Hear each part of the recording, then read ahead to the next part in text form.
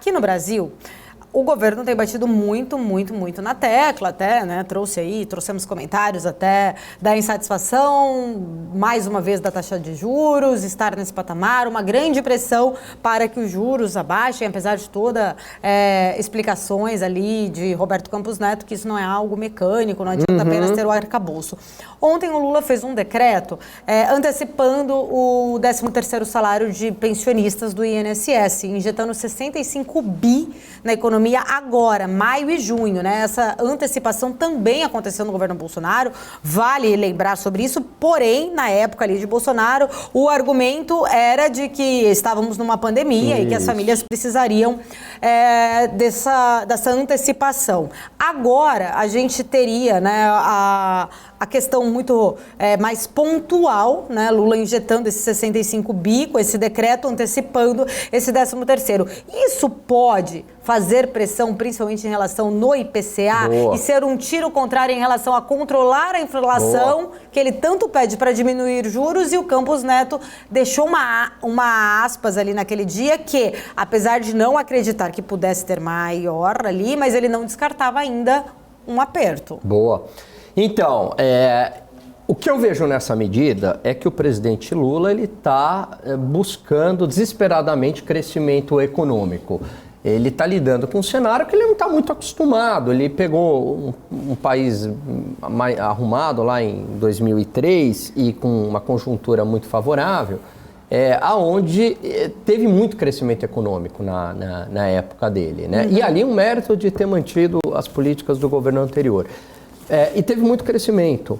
E aí, o presidente da República com crescimento econômico é popularidade na certa, né? Porque daí é geração de emprego, é aumento da renda para as pessoas. E agora ele lida numa situação muito mais adversa. Ele lida com uma situação onde ele tem um cenário internacional mais complicado, tem inflação, ele não tem poder sobre o Banco Central, né? Então, juros elevados.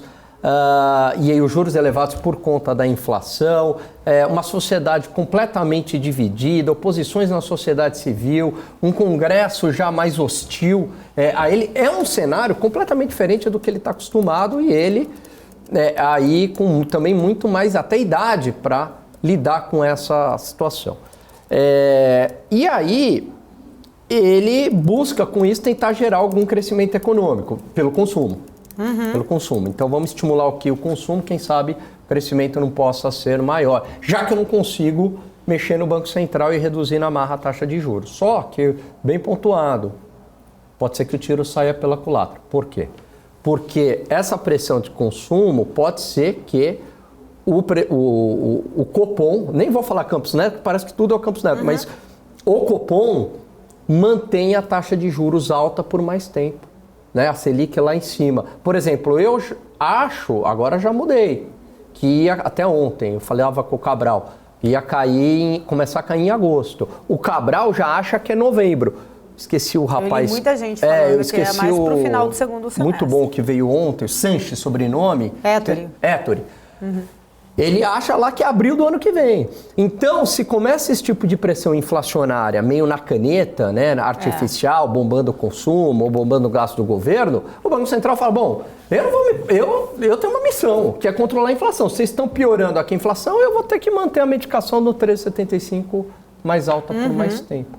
Né? Então, sim, pode ser. E aí, se os juros ficam mais altos, o que prevalece, Paula? Não sei. Vai ser o efeito de mais consumo ou o efeito de juros elevados por mais tempo vai penalizar? Não sei o que vai prevalecer. De um lado tem a força do consumo puxando o PIB. Do outro, estamos aqui puxando a corda para baixo. Né? Então, investimento caindo, né? E afeta também o consumo, taxa de juros elevados.